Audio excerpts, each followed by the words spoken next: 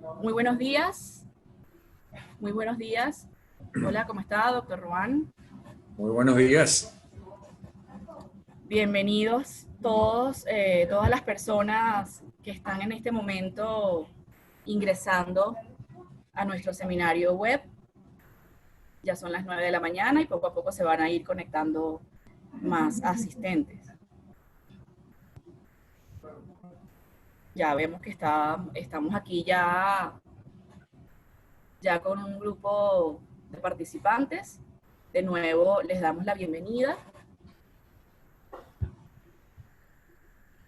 Bienvenidos sean todos y bueno, en aras del tiempo y de respetar a quienes han entrado eh, a tiempo, a la hora. Muy buenos días. Bienvenidos sean a nuestro ciclo de desayunos virtuales. Un espacio pues que hemos diseñado en Araque Reina para hacer llegar a nuestros clientes y relacionados información de interés en tiempos de pandemia. En esta ocasión traemos a la mesa un tema que no es exclusivamente jurídico. Se trata de un tema de índole político-territorial y de mucha relevancia histórica. Se trata pues del pasado y presente de la controversia Venezuela-Guyana por el Esequibo. Nuestro expositor de hoy es el doctor Gabriel Ruán, socio del área tributaria de Araque Reina desde hace 14 años. El doctor Ruán, para quienes no lo conocen, que dudo mucho que no lo conozcan, es reconocido como el decano del derecho tributario en Venezuela, dicho así por sus colegas, por sus colegas del área tributaria, por los tributaristas. El doctor Ruán, por supuesto, es un individuo de número de la Academia de Ciencias Políticas y Sociales y además fue presidente de dicha academia por 2 periodos consecutivos. Fue profesor universitario de la Universidad Central de Venezuela, la Universidad Metropolitana y la Universidad Católica Andrés Bello. Y pues hoy está aquí para hablarnos de este interesante tema. Como les hemos mencionado antes a muchas personas que se han conectado en nuestras actividades anteriores, esta sesión durará aproximadamente 45 minutos y luego comenzará un espacio para que hagan sus preguntas. Para quienes no están familiarizados con la plataforma Zoom de seminarios web, tenemos en el cintillo inferior una serie de iconos y allí pueden escribir sus preguntas directamente. Si quieren hacer comentarios también los pueden hacer por el chat. Preferiríamos que las preguntas las hicieran en el link, en el ítem correspondiente a las preguntas. Aquí nos están saludando, le están mandando saludos al doctor Ruán y a la doctora Carolina Cano también, se los envían los saludos.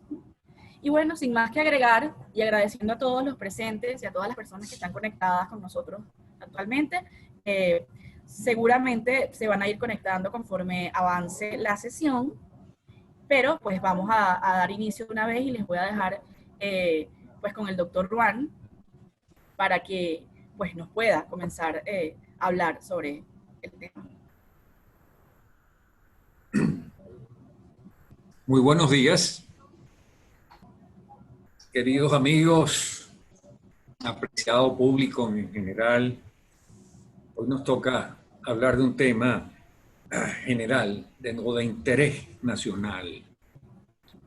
No me considero un experto en la materia, sino un académico que ha asumido, como todos los académicos de las ciencias políticas y sociales, la bandera de esta disputa que es tan inherente a la defensa del territorio y de la nacionalidad en nuestro país. El tema de esta disputa es sumamente largo. Estamos hablando de casi 180 años desde que comenzó la disputa en el año 1841. Sin excluir, desde luego, esto inca, vamos a decir, sus inicios desde la época de la conquista, cuando los ingleses llegan a la Guayana como última potencia en hacerlo y comienzan, después de adquirir tierras de los holandeses, que le hacen una cesión, los holandeses a su vez las habían obtenido de los españoles, comienzan con una expansión sobre la base de esa primera sesión, que ensancha o lleva a una ampliación de casi 160.000 kilómetros cuadrados, de lo que, por encima de lo que originalmente habían adquirido de los holandeses. Yo quisiera, para poder arrancar con esto, decirles que vamos a hablar del tema en 5 etapas. Desearía pues que se pusiera sobre la pantalla las láminas que nos van a guiar en esta exposición.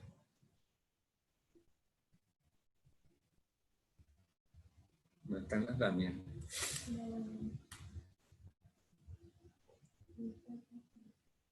El tema lo vamos a desarrollar en 5 etapas. Una primera etapa, esencialmente de carácter histórico, aunque no exenta de interés jurídico, arranca en 1841. Debemos tener bien claro que esto era un territorio virgen, en realidad no ocupado por nadie hasta el momento en que se interesan los ingleses en invadirlo o irlo ocupando paulatinamente. No obstante, hay que tener claro que la República de Colombia, reconocida por Inglaterra, había fijado claramente como límite oriental el río Esequibo, basado pues en el famoso principio del uti possidetis juris, que había sido pauta pues de la división de todas las posesiones españolas en el continente americano.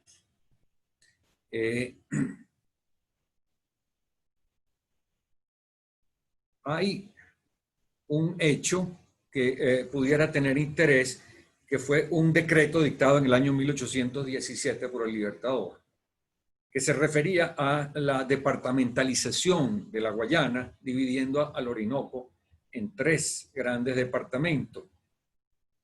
En ese decreto mencionaba como hito de arranque de la límite noreste del territorio guayanés venezolano, el fuerte Muruca, que se ubicaba sobre el río Moruca. Otros lo llaman río Moroca. En definitiva, son maneras distintas según los lenguajes indígenas. De aquí es posible que se haya inspirado el geógrafo que hizo la primera línea de frontera entre las posesiones inglesas y las posesiones venezolanas, porque en ese decreto Bolívar hablaba de que a partir de allí, hacia el este, lo que habían eran posesiones extranjeras.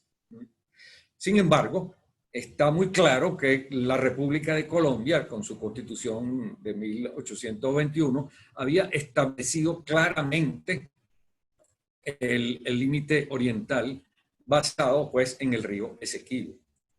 ¿Cuándo comienza la disputa? La comienza precisamente con la publicación en Inglaterra de lo que se ha llamado la segunda línea Schomburg en el año 1841. Robert Schomburg era un geógrafo expedicionario y también un aventurero recomendado por Humboldt para que le hiciera este trabajo de delimitación territorial a los ingleses. Él había nacido pues en Alemania. Y el hombre emprende su misión en los años 1830, tal vez 1835, y traza una primera línea esa primera línea, vamos a decir que le llamó tanto la atención a los ingleses que le pidiera que continuara en su trabajo. Y es cuando aparece una segunda línea en la cual Schomburg anexa o legitima lo que fueron anexiones fácticas o de hecho que ya habían hecho los británicos en el territorio guayanés. Y Venezuela, al conocer pues esta línea, Schomburg, por supuesto que protesta, eleva su protesta ante la corona británica y vamos a decir se establece pues un estira y encoge en las relaciones entre ambos países que va vamos a decir, a apaciguarse con la celebración de un acuerdo, llamado el Acuerdo de 1850, una especie de tregua entre los gobiernos de Inglaterra y Venezuela para, vamos a decir, no continuar cambiando los elementos que fijaban las posesiones en ese momento para ambos países. No obstante, Inglaterra continuó con su avance y sobre todo con nuevas anexiones para asegurar la línea Schomburg, línea que llegaba, imagínense, hasta el Roraima prácticamente. Existía también la pretensión por parte de los ingleses de ir sobre las bocas del Orinoco. Es precisamente en esta situación en la que se despierta el interés de Estados Unidos por la disputa. Primero el presidente Harrison y luego el presidente Grover Cleveland levantan la bandera de la doctrina Monroe. Esta fue, vamos a decir, o coincide con la expansión de la influencia norteamericana sobre todo el territorio de América. Todos conocemos la doctrina Monroe, básicamente se basa en que existe una comunidad de principios entre los estados americanos y que esa comunidad precisamente debe preservarse de la intervención de potencias extranjeras que deben quedar fuera o alejadas precisamente de la influencia sobre las nuevas repúblicas existentes en América. En este caso, es importante individualizar la participación de algunas personas, porque esta disputa realmente ha estado muy marcada por la intervención de ciertas personalidades y personalidades fuertes. Por ejemplo, se inicia una conversaciones personales entre el presidente Cleveland y el presidente Antonio Guzmán Blanco, quien primero como presidente y luego como apoderado de la República se convierte en su agente y trata pues de llevar la disputa a un terreno jurídico, porque Guzmán Blanco estaba seguro de que los títulos jurídicos de Venezuela nos daban muchos argumentos y defensas para obtener un resultado muy positivo para Venezuela en esta disputa frente a los británicos. El presidente Cleveland fue muy entusiasta en esto y presentó un informe al Congreso de los Estados Unidos en el año 1894, en el cual decía: la discusión de la frontera de la Guayana Británica entre la Gran Bretaña y Venezuela no se ha determinado, creyendo que en esta materia un arreglo justo y honorable entre las partes conviene a nuestra política de alejar del hemisferio causas de diferencia con potencias de ultramar. He renovado esfuerzos para restablecer las relaciones entre los contendientes y referir el tema al arbitraje, modo de solución respetado en sus principios y en su práctica por Inglaterra, lo cual no era totalmente cierto, y que además ha sido calurosamente sostenido por su contendor. Esto sí fue verdad. Guzmán llevó la propuesta del arbitraje desde el principio de las negociaciones, precisamente porque confiaba en los argumentos jurídicos de Venezuela. Inglaterra fue un poco reacia pues, a esta posición americana, y en un principio el primer ministro inglés, Salisbury, le comunicó pues, al presidente americano a través de terceras personas que cómo iba a Inglaterra a someterse a un arbitraje de derecho con un país en donde no se respetaba ni la propiedad ni la vida. Y hacía mención pues, de todas las revueltas y disputas civiles existentes en nuestro país, sobre todo a fines del siglo XIX. Sin embargo, el conflicto se va a poner al rojo vivo con un incidente en el año 1895 que agrava la disputa en un lugar llamado Yecuán o Yeruán, en donde se apresaron a algunos funcionarios ingleses por parte de las fuerzas militares venezolanas. Ello lleva pues a la negociación de un tratado de arbitraje conminado por Estados Unidos. Estados Unidos le plantea al gobierno británico, a la corona británica, la necesidad de suscribir un tratado de arbitraje para resolver esa disputa. Inglaterra en ese momento se siente un poco constreñida y a duras penas accede pues, a la celebración de este acuerdo, o tratado, mejor dicho, de 1897, en el cual se acogieron los principios del derecho internacional como la pauta para resolver la disputa. Y en cuanto a la posesión, que era lo que sobre todo Inglaterra arguía como base de sus derechos, se estableció una duración mínima de posesión adversa pues a los derechos de Venezuela, de 50 años.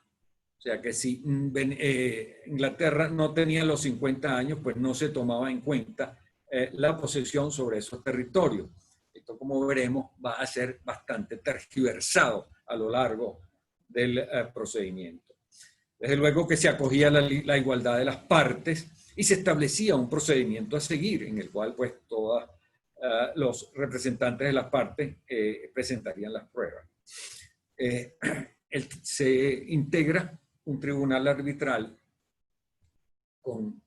compuesto de esta manera: 2 árbitros ingleses, 2 norteamericanos, que por cierto eran magistrados de la Corte Suprema de los Estados Unidos, y un ruso llamado Federico de Martens, nombre sumamente importante para lo que finalmente sucedió.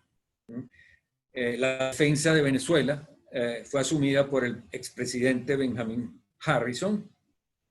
Dense cuenta pues como Venezuela estaba prácticamente en manos de los Estados Unidos, aunque tenía una delegación presente presidida por José María Rojas, que creo que para esa época era el canciller de la República.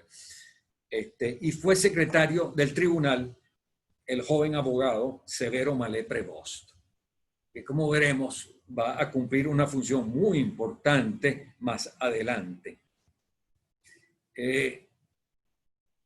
Se despliegan pues las actuaciones dentro de este procedimiento y comienzan una serie de negociaciones en las que Venezuela, vamos a decir, está excluida.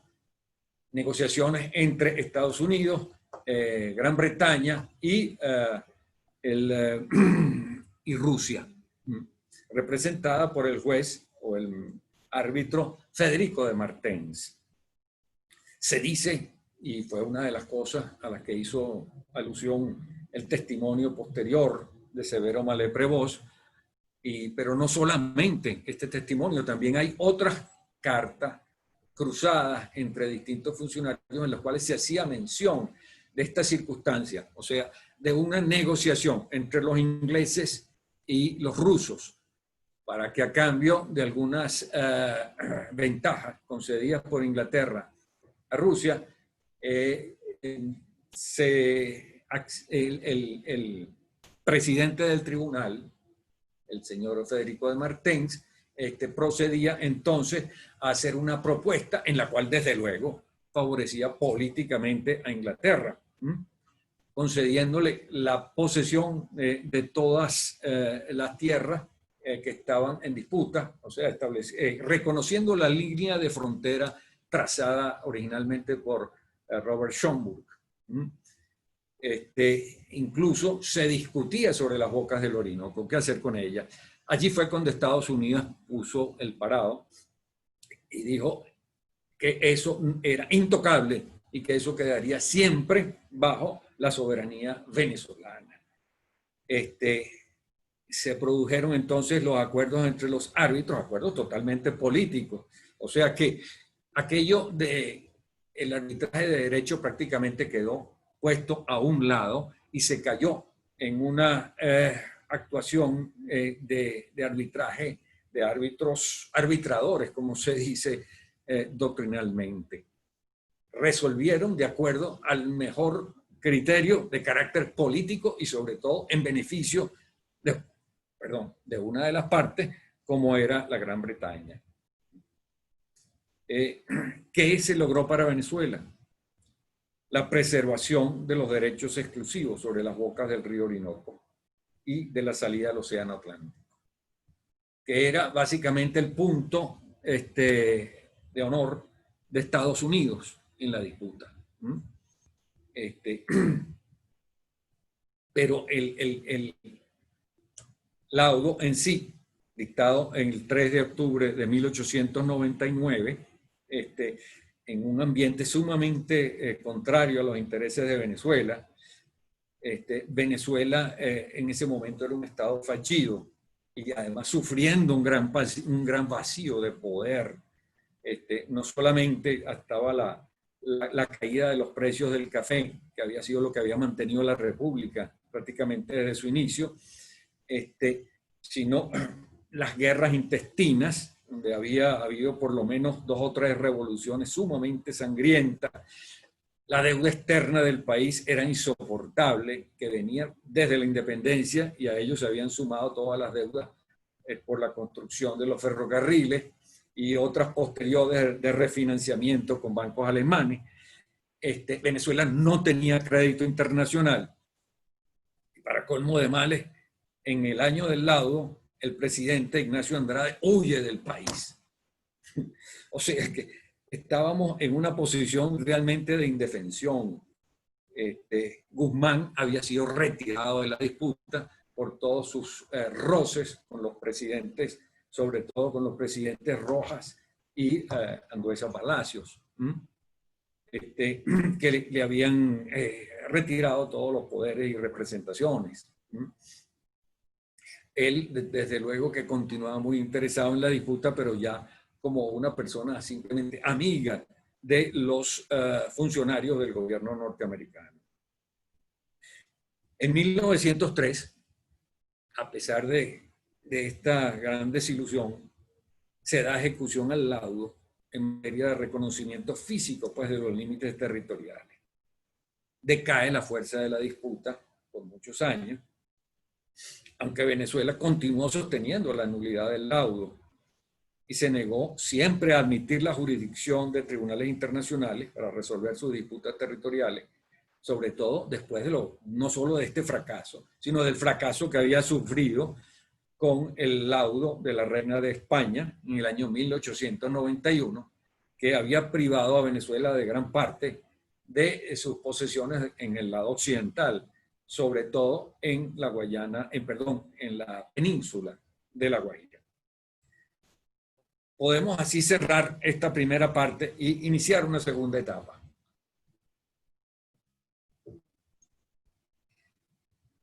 En el año 1949 se publica una carta que había dejado escrita el abogado Severo Mallet Prevost. Se la entrega a uno de sus socios y le dice: publica esto después de mi muerte. Ciertamente que el señor tenía un gran problema de conciencia. El socio, una vez que muere Mallet Prevost, publica la carta en una revista especializada de Derecho Internacional.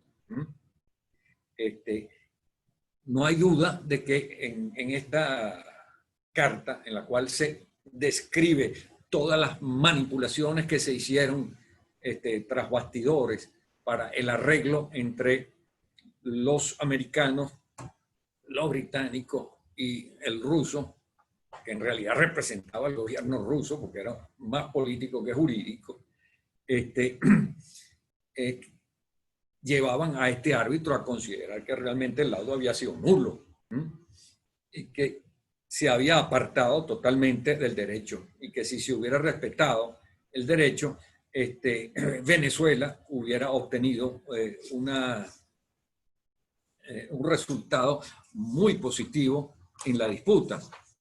A este efecto, en el libro, en la biografía de Guzmán Blanco, del doctor Tomás Polanco Alcántara, él decía en uno de sus párrafos: el laudo basado en el derecho, como lo habían querido los jueces Brewer y Russell y el propio Lord Collins, fíjense ustedes, que había grandes posibilidades, habría dado la razón a Venezuela, o al menos habría reconocido una gran extensión territorial a su derecho, tal como había sido la tesis de Guzmán.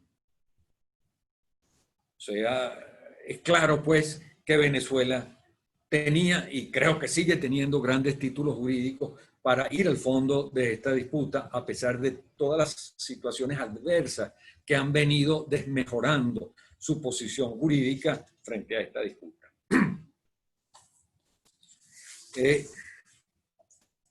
Con esta carta se reabre la disputa en un momento interesante, años después, a fines de los años 50, en la cual Venezuela, sobre todo con la democracia, con la figura del presidente Rómulo Betancourt, que tenía un gran prestigio internacional en ese momento, Venezuela procede a replantear la disputa ante las Naciones Unidas y se dirige una comunicación firmada por el canciller Marco Falcón Briceño en el año 1962, donde se dice que el laudo arbitral de 1899 no existía para Venezuela, simple y llanamente. Esas fueron las palabras del canciller.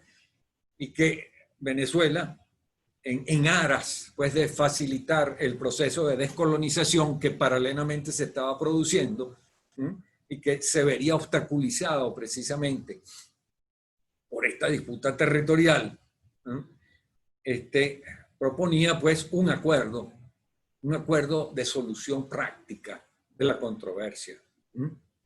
Es más, el acuerdo usaba estas palabras. Este es el famoso Acuerdo de Ginebra de 1966. Decía que el acuerdo debía llegar a soluciones, o el arreglo debía llegar a soluciones satisfactorias mediante un arreglo práctico de la controversia. O sea, esto va muchísimo más allá del derecho. Y realmente lo que planteaba es, bueno, vamos a poner a un lado el punto estrictamente jurídico, a lo cual siempre se negó desde luego Inglaterra y la naciente República de Guyana, pero quedó dentro del acuerdo esta cláusula importantísima. ¿Qué importancia tuvo? Primero, el reconocimiento de la existencia de una controversia. Los ingleses siempre habían negado que existiera una controversia sobre el tema de la frontera de Venezuela con la Guayana Británica. Decían que eso había sido resuelto para siempre por el laudo de 1899, el laudo de París. Mientras que Venezuela desconocía el laudo, a pesar de haber aceptado una misión para establecer, vamos a decir, los hitos físicos de esa línea fronteriza acogida por ese tratado, perdón, por ese laudo. En ese arreglo, o en ese acuerdo de Ginebra, se establecía el método de selección de los medios de arreglo de la disputa, en una forma, vamos a decir, alternativa y sucesiva. Y el primero de ellos fue la designación de una comisión mixta, cuya mandato duraría 4 años y trataría de llegar o aproximar esta solución práctica de la controversia. En opinión del internacionalista venezolano, lamentablemente fallecido, el doctor Pedro Niquen, para Venezuela fue la salvación realmente de todos sus derechos este Acuerdo de Ginebra. Y por eso debemos celebrarlo y tenemos como una gran realización del gobierno del presidente Betancur y de su canciller Marcos Falcón Briceño. Aunque realmente el acuerdo se suscribe efectivamente en el gobierno del doctor Leoni por parte del canciller Ignacio Iribarren Borges, pero sobre todo el trabajo avanzado previamente por el gobierno anterior. La comisión mixta comienza su trabajo. Los representantes venezolanos fueron nada menos que el doctor Luis Loreto Hernández y el diputado Gonzalo García Bustillos. Representación, vamos a decir, de la coalición gobernante de aquella época. Y esta comisión trata de avanzar, pero Guyana mantiene una posición irreductible. Guyana se puede decir que siempre estuvo en una posición de boicot de estas conversaciones, por cuanto para ella la controversia no existía, a pesar de lo que dijera el Acuerdo de Ginebra, y no tenía por qué entrar en ninguna consideraciones sobre la situación o sobre la frontera o los límites territoriales establecidos. Los acuerdos serían sobre cuestiones, vamos a decir, meramente secundarias de relaciones entre los dos países. Los venezolanos o representantes venezolanos denuncian esta situación ante el propio gobierno y el gobierno del doctor Rafael Leoni adopta una posición dura en la cuestión territorial, precisamente por esta burla que se está haciendo del Acuerdo de Ginebra por parte de Guyana. En estos días de la comisión mixta ocurren algunos acontecimientos que es bueno destacar. En primer lugar, la famosa revuelta de Rupununi. Esta fue una revuelta de granjeros guyaneses, amerindios, fíjense ustedes. Guyana tiene tres grupos raciales. Tiene vamos a decir, la comunidad negra, tiene la comunidad indostana, o de origen indio, y los amerindios, que son los indígenas, o vamos a decir, sus descendientes, que están en cierta manera cruzados pues, con gente de raza blanca, mestizos, en definitiva. ¿Por qué se produce la sublevación de Rupununi? Porque el gobierno de Borhan en ese momento se niega a reconocerle la propiedad de las tierras, precisamente porque sospechaba que esos amerindios tenían más afecto a Venezuela que a la propia Guyana, y dice que eso va a ser repoblado con población de raza negra afecta a Guyana. Desde luego que esto terminó violentamente. Tuvieron que huir de Guyana los granjeros alzados. Muchos se vinieron a Venezuela, fueron protegidos por Venezuela. El gobierno de Guyana denunció al gobierno venezolano ante las Naciones Unidas como una intervención violenta que trataba de lograr la anexión de la zona del Esequibo. En fin, Venezuela, pues, haciendo las aclaraciones del caso, pero desde luego que no condenando lo que estaban haciendo los sublevados del Rupununi. Luego vino el incidente de Anacoco, que fue un problema básicamente de detención de unas personas, de unos guyaneses por parte de la Guardia Nacional en la frontera misma entre Guyana y Venezuela. Y por fin el gobierno dicta un decreto donde fija unilateralmente, vamos a decir, la posesión o mejor dicho, la pertenencia de las aguas que genera la boca del Orinoco sobre el Atlántico, donde desde luego Guyana pues, resultaba desfavorecida. Esto fue objeto de una reclamación internacional muy dura de Guyana, que además recibió el apoyo de Estados Unidos en este caso, por cuanto se trataba de una fijación unilateral del límite, que es contraria pues, al derecho internacional, que como veremos se repite también en el gobierno de Nicolás Maduro posteriormente. Este decreto, vamos a decir, que cae en desuso, porque ciertamente era contrario pues, al derecho internacional, y encima de ello Estados Unidos amenaza a Venezuela con retirar el apoyo que le había brindado al Acuerdo de Ginebra. En esta circunstancia, en el año 1970, inicia un nuevo gobierno, el gobierno del presidente Caldera, y viene un cambio de política, precisamente para apaciguar la tensión que había sido creada durante el gobierno del doctor Leoni.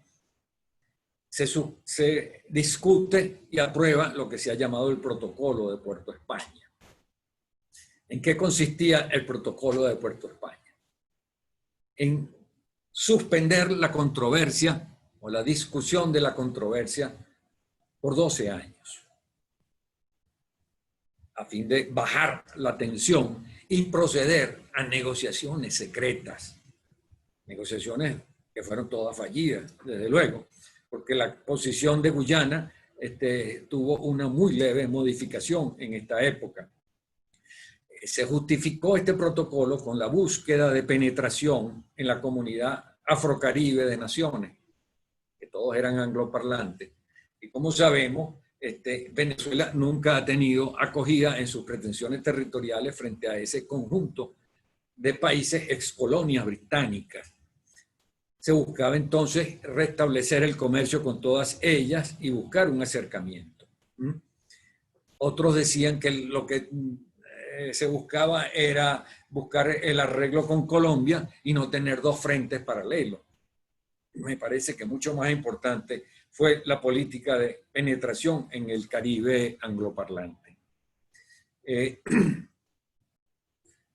Se produce conversaciones y sobre todo Venezuela propone un plan conjunto de inversiones en la zona en reclamación, porque era parte del Acuerdo de Ginebra, y esto lo había omitido, el que se respetara el statu quo existente al momento de la firma del acuerdo, o sea, prohibida cualquier inversión por parte de terceros en la zona, incluso de la propia Guyana, para mantener la disputa en sus términos anteriores. Venezuela propone como algo favorable pues, al entendimiento, bueno, vamos a hacer un plan conjunto de inversiones. Y es cuando se produce la oferta de financiar la represa hidroeléctrica del río Mazaruni. Esta represa, que estaba, vamos a decir, más al sur, pero en la zona en reclamación, tiene un gran potencial hidroeléctrico y había sido, vamos a decir, un plan de Guyana que lo había acariciado por muchos años y buscado financiamiento internacional. Venezuela le ofrece ese financiamiento y una serie más de ventajas. Guyana prácticamente lo que ofrecía era reconocer algo así como 20.000 kilómetros cuadrados de los 180.000 que habían sido arrebatados a Venezuela por el laudo de 1899. Finaliza esta etapa, vamos a decir, sin pena ni gloria, y se produce el regreso a la posición tradicional, en la cual están enfrentadas las dos naciones por la posesión o la pertenencia del territorio esequibo, o sea, de los casi 180.000 kilómetros de tierra y de selva existentes en esa área guyanesa o guayanesa. Es así como llegamos a una cuarta etapa, que comienza con el gobierno pues, del presidente Hugo Chávez. Hugo Chávez tenía originalmente no sabía qué posición tomar ante el asunto, pero malos consejos de tipo ideológico pues lo llevan a dar ciertas muestras de aceptación muy perjudiciales a la reclamación venezolana. Incluso podríamos hablar de una aquiescencia del gobierno de Chávez a las inversiones de terceros en la zona en reclamación. Y esto ocurre en el año 2004, cuando en unas declaraciones de prensa el presidente Chávez dice pues que con tal y que se trate de inversiones que favorezcan a los pueblos, Venezuela no se va a oponer. Así, tan sencillo, unilateralmente. En esto no hay duda que la influencia cubana ha jugado un papel sumamente importante, porque siempre ha estado a favor de la posición guyanesa, por razones sobre todo ideológicas, y tratando de ganarse a toda la comunidad angloparlante, que también ha sido penetrada por los cubanos desde hace muchísimos años, o del gobierno cubano. Esto indudablemente que ha podido ser en descrédito de la reclamación venezolana. Además de eso, Chávez se permitió adoptar la versión del Acuerdo de Ginebra de Fidel Castro, que decía que esto era una conspiración de Estados Unidos para evitar que en el momento de la independencia el líder socialista opuesto pues a Borjan, que era el presidente de Guyana en ese momento, Chedi Jagan se llamaba, pudiera acceder al poder en condiciones de ventaja. Nada más falso, por cuanto la reclamación de Venezuela ya superaba los 100 años para ese momento. Luego, ante el reclamo y las protestas nacionales, el gobierno cambia su posición y retoma la reclamación, comienzan las amenazas contra Guyana, y tal vez lo más positivo de esta etapa es la unificación de todas las instituciones venezolanas en respaldo de la reclamación, basados en básicamente estos postulados. El rechazo de la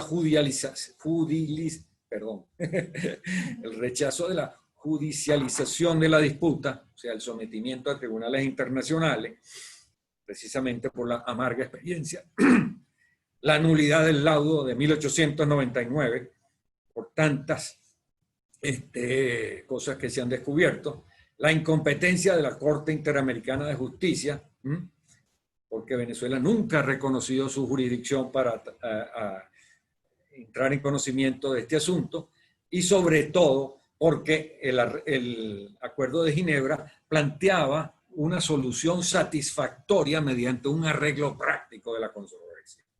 ¿Cómo se compatibiliza eso? Simple y llanamente con la aplicación de un laudo arbitral. Venezuela, lamentablemente, en este periodo vuelve a ser un estado fallido. No entremos en detalle, que todos lo sabemos por qué. Una gran debilidad internacional.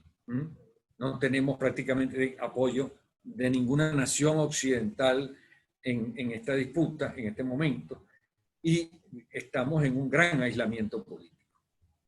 O sea que volvemos a la situación de fines del siglo XIX, donde, vamos a decirse, nos replantea una especie de fracaso nacional. Es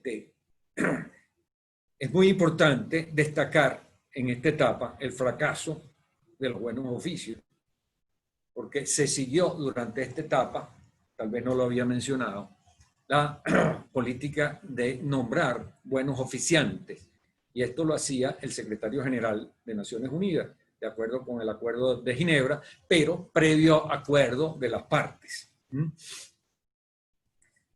Guyana siempre indujo a este fracaso. Por ello, esto va a ser muy importante, porque hay que desmentir lo que pudiera ser una tentación de algunos juristas de considerar que el Acuerdo de Ginebra ha llegado a su imposibilidad de cumplimiento. Y como ustedes saben, en derecho, toda obligación de cumplimiento imposible es nula, o por lo menos deviene, decae. En este caso, no podemos aceptar, vamos a decir, algo que ha sido inducido siempre por Guyana como motivo para hacer decaer el Acuerdo de Ginebra y todos sus objetivos. Así llegamos a la quinta etapa, que es el presente. ¿Dónde comienza esta etapa? Con el acto de gobierno, perdón, con el acto del secretario general de la ONU de diciembre de 2016. En este acto, vamos a decir, un poco llevado por el fastidio y un poco por la influencia, ¿no?, de otras naciones, el secretario general de Naciones Unidas, que dicta este acto, que fue Ban Ki-moon, declara o establece que se otorga un periodo adicional de un año para continuar con los buenos oficios, que cumplido este año, si no se ha logrado ningún acuerdo, entonces el secretario general someterá la disputa a la Corte Internacional de Justicia. Y la condición para hacer esto era simple y llanamente que no se opusieran las dos partes, cuando ha decidido ser exactamente lo contrario, con el consentimiento de ambas partes, que es lo que es el espíritu del Acuerdo de Ginebra. No obstante, Guyana lo exige y el secretario general Guterres, como sabemos, cumple con el mandato establecido en ese acto del secretario general Ban Ki-moon y envía la disputa a la Corte Internacional de Justicia.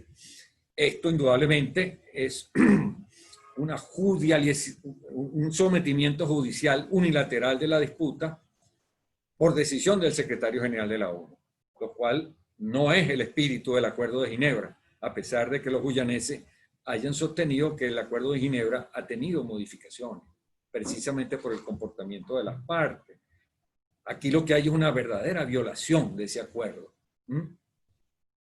que en definitiva proponía como camino una solución que llegara a un arreglo satisfactorio, aceptable para ambas partes, de lo cual por supuesto que estamos muy lejos. El gobierno de Venezuela deja de proponer una nueva vía, que tal vez lo hubiera podido hacer durante ese periodo de los buenos oficios, y más bien lo que conservó fue una actitud pasiva frente al asunto. Así las cosas, Guyana introduce su demanda ante la Corte Internacional de Justicia. Y se basa para ello, curiosamente, en el Acuerdo de Ginebra. O sea que es precisamente el haber agotado el Acuerdo de Ginebra lo que lleva a Guyana a fundamentar el advenimiento de la jurisdicción de la Corte Internacional de Justicia. Y ahí establece unas pretensiones muy concretas, pero como veremos son contradictorias. Primero, la declaración de validez del laudo de 1899, desde luego. Es su consigna principal. Luego, la confirmación de los límites territoriales basados en la línea Schomburg, desde luego, la famosa línea Schomburg. Y la demarcación, esto es lo más peligroso, de la parte del frente atlántico correspondiente a Guyana, mediante proyección de esa misma línea territorial. Esto significaría algo así como que se cruzaran las dos líneas, o sea, la línea que sale del este de las Bocas del Orinoco, que va hacia el este, con la línea que sube del Esequibo, que va en sentido noroeste, si pudiéramos decirlo. Se cruzarían de esta manera y pasaría Guyana a tener algo así como las 3/4 partes del frente atlántico que se explaya frente a las bocas del Orinoco.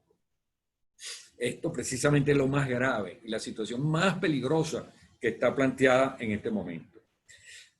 La representación de Guyana ante la Corte ha alegado que el secretario general de la ONU tiene plenos poderes para seleccionar los procedimientos de solución de la controversia, porque el Acuerdo de Ginebra ha sufrido modificaciones derivadas del comportamiento posterior de la paz. O sea, se ha venido incrementando los poderes que tenía originalmente el secretario general de la ONU.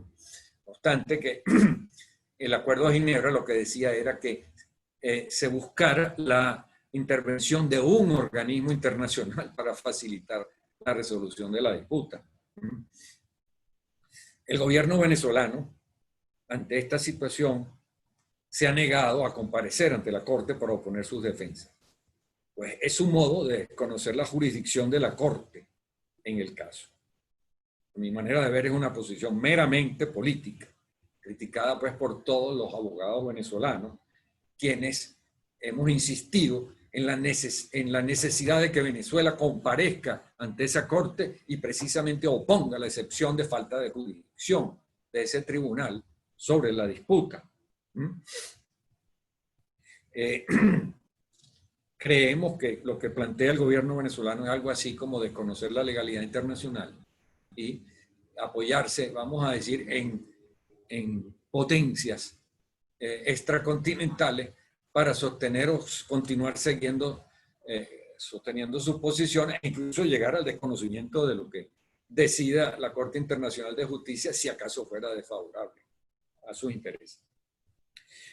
Existe el riesgo de que la Corte Internacional de Justicia declare su competencia en el caso ante la ausencia o abstención de Venezuela y entre a conocer del fondo de la disputa precisamente basado en los argumentos presentados por la Guyana. A esto, vamos a decir, contribuyen las normas de los artículos 36 y 53 del Estatuto de la Corte, que hay que revisar pues con mucho cuidado. En este supuesto, vamos a decir de que la Corte Internacional de Justicia declarar su propia competencia en el caso, basándose para ello sobre todo en el artículo 36 del Estatuto, de su propio Estatuto. Según la experiencia histórica, ha habido muy pocos casos en los cuales la Corte Internacional de Justicia haya declarado nulidad de laudos.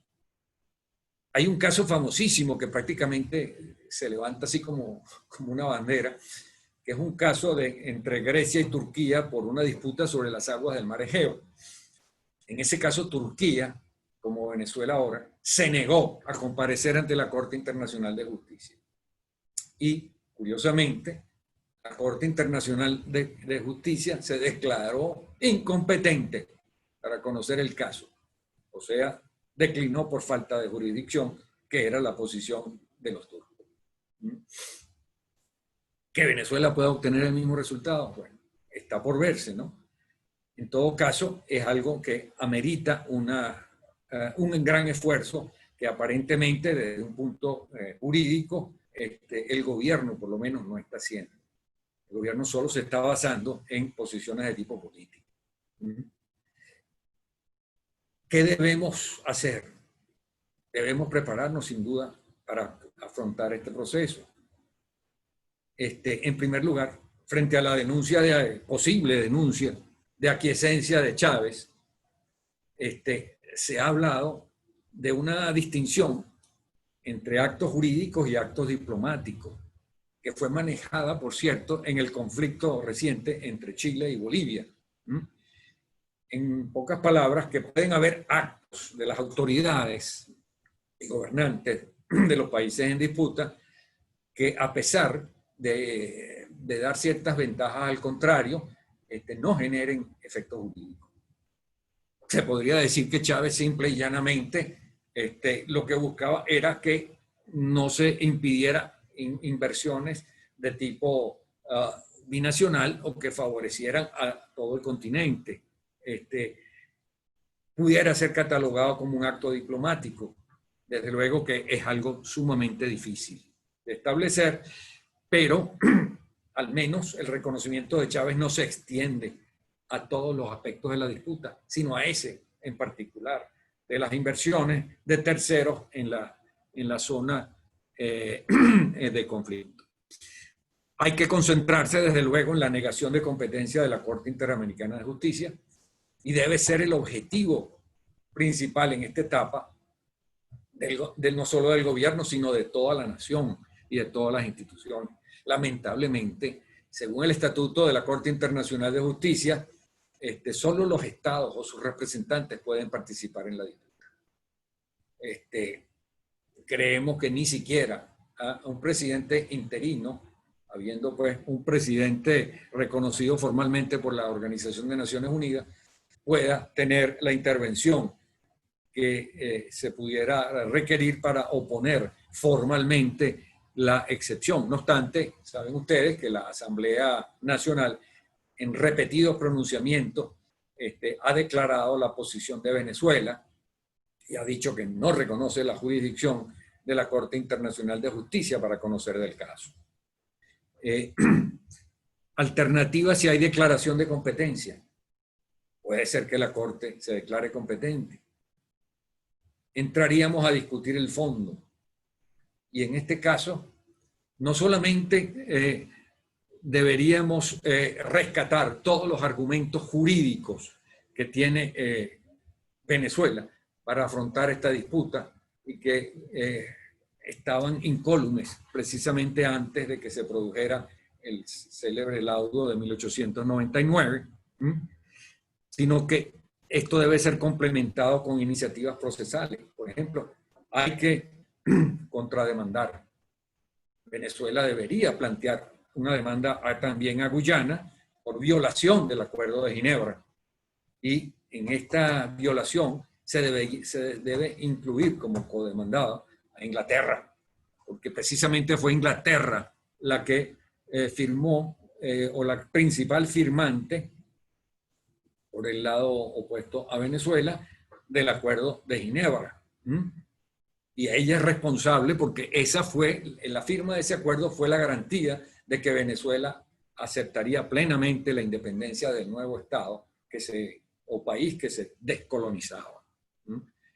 Desde luego, la principal bandera que tiene Venezuela en este momento, que ha sido, vamos a decir, la salvación de esta disputa, es la violación del Acuerdo de Ginebra, que propicia y sigue propiciando una solución o soluciones satisfactorias mediante el arreglo práctico de la controversia. Muchas gracias por su atención y esperamos resolver cualquier duda que ustedes puedan tener en la medida de nuestras posibilidades. Gracias. Muchísimas gracias, doctor Juan. De verdad, bastante completa esta intervención y todo este relato de cómo pues, ha sido todo este tema del conflicto por el Esequibo. Tenemos varias preguntas acá y la voy a comenzar a hacer de una vez. La primera de nuestras preguntas, doctor Juan, de parte además del doctor Carlos Huefe, que le manda muchos saludos de parte de él y Betty Andrade desde Madeira. Carlos pregunta, ¿es posible para terceros intervenir en el proceso bajo la forma del amicus curiae para hacer valer, aunque sea indirectamente, la falta de jurisdicción de la Corte Interamericana de Justicia? Lamentablemente no.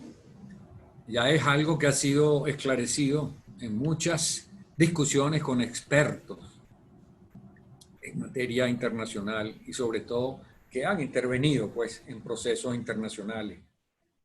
Lo cual no excluye que se trate de influenciar la mente de los magistrados que deben decidir en una forma pública, tratando de llevar a su conocimiento de cualquier manera informal los argumentos que sustentan la posición venezolana. Muchos dicen que no necesariamente la Corte Interamericana de Justicia va a resolver en favor de Guyana por el hecho de que haya, vamos a decir, recibido la disputa. Sobre todo sabiendo que su laudo va o perdón, su sentencia, estamos hablando de un tribunal propiamente dicho, no de una corte de arbitraje, un laudo que va a ocasionar más disputas que la misma disputa original. Entonces, tal vez para preservar su prestigio, es posible que la Corte Internacional de La Haya, pues, no arriesgue esta situación simple y llanamente por darle curso a una pretensión que históricamente ha sido tan, pero tan atacada, no solo por Venezuela, sino por muchos países americanos amigos. Esta es la situación actual. Formalmente, solamente los representantes del Estado venezolano pueden intervenir en la disputa. Ojalá pudiéramos tener un gobierno de transición que pudiera intervenir, o que al menos se produjera un acuerdo entre gobierno y oposición para compartir la defensa de Venezuela ante la Corte Internacional de Justicia, si acaso la Corte declarara su competencia. De acuerdo, entendido, doctor Román. Otra pregunta por acá. ¿Considera usted correcta la actitud de Venezuela al no presentarse ante la Corte? ¿Podría haber comparecido y argumentar la incompetencia de la Corte? ¿Eso hubiera sido preferible? Nosotros estamos pensando como abogados. Los abogados consideramos que ninguna acción judicial puede ser desechada, o mejor dicho, ningún medio jurídico de defensa. Y precisamente la excepción de falta de jurisdicción es algo que se opone normalmente al contestar una demanda. Ello no significa reconocer la competencia del tribunal, sino hacerla formalmente frente a su propio estrado. Pero el gobierno juega con otras reglas. El gobierno está jugando es a la política. Y mucho sospecho que de lo que se trata es de desconocer la legalidad internacional si acaso se produce un resultado desfavorable. Pero sobre esto ciertamente que solo caben especulaciones en este momento. De acuerdo. Espero que, bueno, que haya quedado clara la pregunta de la asistente. Luego, ella también pregunta, ¿piensa usted que el gobierno interino de Venezuela debió designar un representante y comparecer ante la Corte, argumentando la incompetencia de la Corte, lo cual podría ser un fortalecimiento del gobierno interino y podría sostener la posición de Venezuela? Bueno, ya parte de esa pregunta está respondida, ¿no? Desde luego que lo más conveniente hubiera sido una representación venezolana, sobre todo que pudiera desmentir los argumentos que 4 abogados expusieron en la audiencia que se celebró, creo que en el mes de mayo, en La Haya, donde los guyaneses o sus representantes, por cierto, casi todos extranjeros, no guyaneses, y además todos de raza blanca, expusieron, vamos a decir, a placer, distorsionando todos los hechos, manejando todos los argumentos jurídicos en la forma más conveniente para ellos, y que aquello no tuviera ninguna respuesta. Gravísimo, ¿verdad? Por lo menos hubiera servido para hacerle ver a los magistrados allí presentes que esos 4 abogados internacionalistas lo que estaban era fabricando hechos y construyendo argumentos legales sobre la base de distorsiones interpretativas. No lo pudimos hacer. Ya la oportunidad se perdió. No por ello se va a perder necesariamente el juicio, pero estamos en la peor de las posiciones en este momento.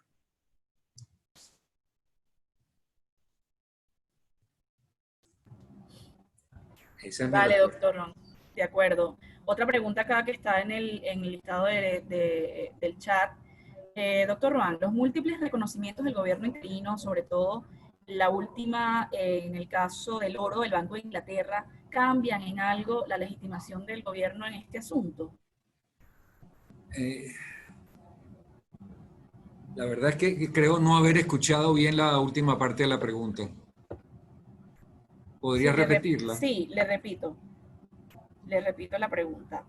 Los múltiples reconocimientos del gobierno interino, sobre todo el último, que tiene que ver con el caso del oro con el Banco de Inglaterra, ¿cambia en algo la legitimación de ese gobierno en lo que respecta a este asunto? No me parece. O sea, yo creo que son cosas absolutamente independientes. Las gestiones que se han hecho frente al gobierno inglés para reclamar, vamos a decir, el oro venezolano en sus arcas, no creo que tengan que ver para nada con la disputa. Desde luego que en el momento que Venezuela pueda asumir una defensa procesal y demande a Inglaterra frente a este tribunal, algo pudiera influir, pero eso todavía no se ha dado, o sea, no está planteado.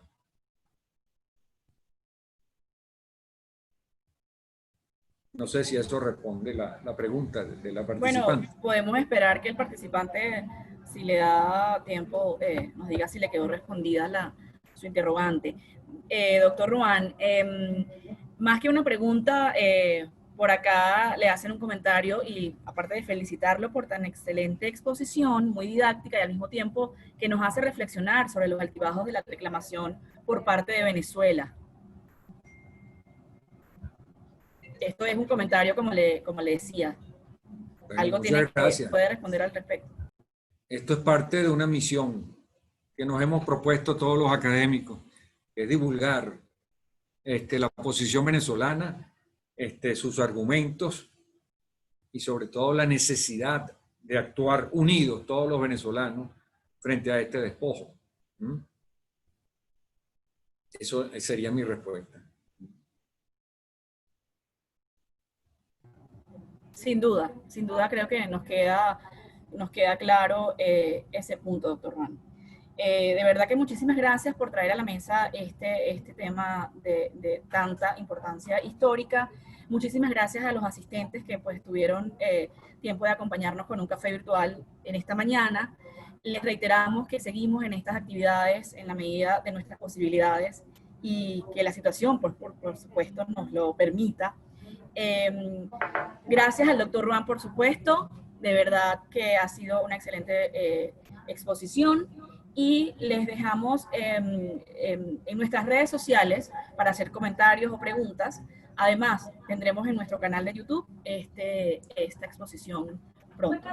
Muchísimas gracias a todos. Doctor Ruan, si quiere dar unas palabras para finalizar y así cerrar, pues además cumplir con nuestro tiempo establecido para esta actividad. Lo dejo para que se despida de nuestros asistentes. Agradezco mucho pues al escritorio Araque Reina la oportunidad que me ha dado para exponer, vamos a decir, esta situación, estos argumentos, estas inquietudes, estas angustias, y tratar de hacerle llegar a todos los amigos cuáles serían pues los derroteros a lograr en esta reclamación venezolana. A todos, por supuesto, su interés y la participación que han seguido en esta videoconferencia. Y solo me resta, pues, tener la esperanza de que algo haya contribuido yo al conocimiento de todos ustedes en relación con esta reclamación, pues, que tanto dolor ha causado a los venezolanos. Muchas gracias y buenos días. Muchísimas gracias a todos y hasta luego. Nos vemos en nuestro próximo desayuno virtual. Gracias.